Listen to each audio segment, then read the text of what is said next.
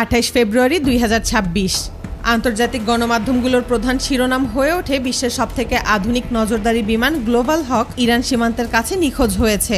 এই খবর ছড়িয়ে পড়ার পর থেকেই চারদিকে আলোচনা শুরু হয়, কারণ বিশ্বের সবথেকে আধুনিক একটা ড্রোন কিভাবে নিখোঁজ হতে পারে। এটা কোনো ছোটখাটো ড্রোন না, এই ড্রোনটা ছোট একটা প্লেনের সমান। এর ওজন 7 টনের কাছাকাছি। এর একটা ড্রোনের দাম প্রায় $220 মিলিয়ন বেশি। তাহলে এত উন্নত একটা ড্রোন কিভাবে হঠাৎ নিখোঁজ হয়ে গেল, তাও আশেপাশে আমেরিকার এত সামরিক টহল থাকার পরেও। একটা এয়ারক্রাফট ক্যারিয়ারের সাথে 3 থেকে 4টা মাঝারি ও ছোট যুদ্ধজাহাজ নিয়ে ইরানের কাছাকাছি সমুদ্রে নিয়মিত টহল দিচ্ছিল। আর এই বহরের অনেক উপরে প্রায় 12 কিলোমিটার উচ্চতায় সবকিছুর উপর নজর রাখছিল একটি আধুনিক নজরদারি ড্রোন গ্লোবাল হক। গ্লোবাল হককে বিশ্বের সবচেয়ে উন্নত নজরদারি ড্রোনগুলোর একটি বলা হয়। এটা একটানা 30 ঘন্টার বেশি সময় আকাশে থাকতে পারে, অত্যন্ত উচ্চতা থেকে হাই রেজলিউশনের ছবি তুলতে পারে এবং বিস্তীর্ণ এলাকায় নজরদারি চালাতে পারে। এর শক্তিশালী সেন্সর শত্রুপক্ষের ঘাঁটির অবস্থান বের করতে পারে, এমনকি কমান্ড পেলে অ্যাটাকও চালাতে পারে। এর থেকে অবাক করার মতো বিষয় হলো এই ড্রোন শত্রুপক্ষের যে কোনো রাডার সিগন্যাল ব্লক করে দিতে সক্ষম। কোনোভাবে যদি একবার শত্রু দেশগুলো একে অন্যের সাথে যোগাযোগ করে, এই ড্রোন সেটি সঙ্গে সঙ্গে শনাক্ত করে ফেলে, তারপর সেই তথ্য সরাসরি মিলিটারি হেডকোয়ার্টারে পাঠিয়ে দেয়। সেদিন ড্রোনটি নিয়ন্ত্রণ করা হচ্ছিল এয়ারক্রাফট ক্যারিয়ারের সঙ্গে থাকা একটি ছোট জাহাজ থেকে। জাহাজে থাকা drone control team live data ও ভিডিও পর্যবেক্ষণ করছিল, সবকিছুর উপর নজরদারি করছিল।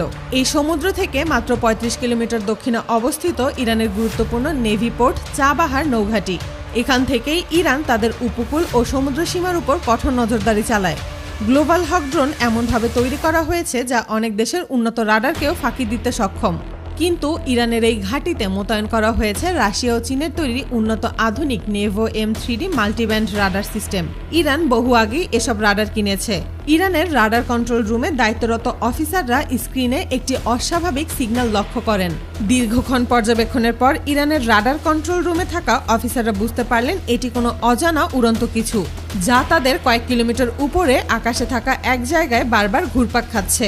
ইরান সরাসরি পদক্ষেপ নেওয়ার আগে বিষয়টি খতিয়ে দেখার জন্য একটি ফাইটার জেট MiG-29 পাঠায়। এগুলো রাশিয়ার তৈরি যুদ্ধবিমান এবং ছোট আকারের হলেও অসম্ভব দ্রুতগতি সম্পন্ন।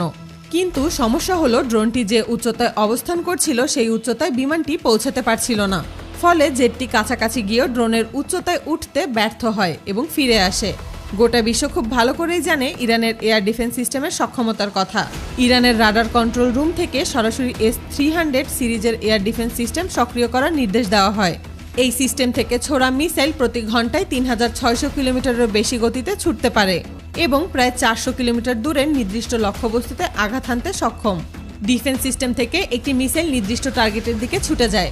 জাহাজে থাকা ড্রোনের অপারেটররা যখন বিষয়টি বুঝতে পারেন, তারা সেটিকে দ্রুত সরিয়ে আনার চেষ্টা করেন। কিন্তু ড্রোনটি দেখতে বিশাল হলেও এর গতি তুলনামূলক কম, মাত্র 570 কিলোমিটার প্রতি ঘন্টা। মিসাইলের গতির তুলনায় এর গতি খুবই কম, অর্থাৎ গতির দিক থেকে ড্রোনটির পক্ষে মিসাইলকে এড়িয়ে যাওয়া খুবই কঠিন। রাডার কন্ট্রোল রুমে থাকা অফিসাররা স্ক্রিনে চোখ রেখে পরিস্থিতি পর্যবেক্ষণ করছিলেন। কয়েক সেকেন্ড পর স্ক্রিনে দেখা যায় অস্বাভাবিক সিগন্যাল হঠাৎ অদৃশ্য হয়ে যায়। এই ঘটনার পর আন্তর্জাতিক গণমাধ্যম ও সামাজিক যোগাযোগ মাধ্যমে ব্যাপক আলোচনা শুরু হয়।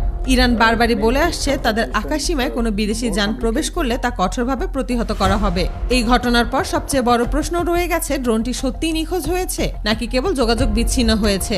যদি এটি মাটিতে নামিয়ে আনা হয়ে থাকে তাহলে সেটি একটি বড় বার্তা, আর যদি এটি শুধু সিগন্যাল হারিয়ে থাকে তাহলে সেটিও কম অবাক করার মতো নয়। যাই ঘটুক না কেন, এই ঘটনা একটি বিষয় স্পষ্ট করে দেয়, মধ্যপ্রাচ্যের আকাশে এখন শুধু বিমান নয়, প্রযুক্তিরও প্রতিযোগিতা চলছে। উন্নত রাডার, স্যাটেলাইট সহায়তা, আধুনিক যুদ্ধ ব্যবস্থা এবং দূরপাল্লার প্রতিরক্ষা সিস্টেম সব মিলিয়ে এটি প্রযুক্তিগত সক্ষমতার এক জটিল ভারসাম্য।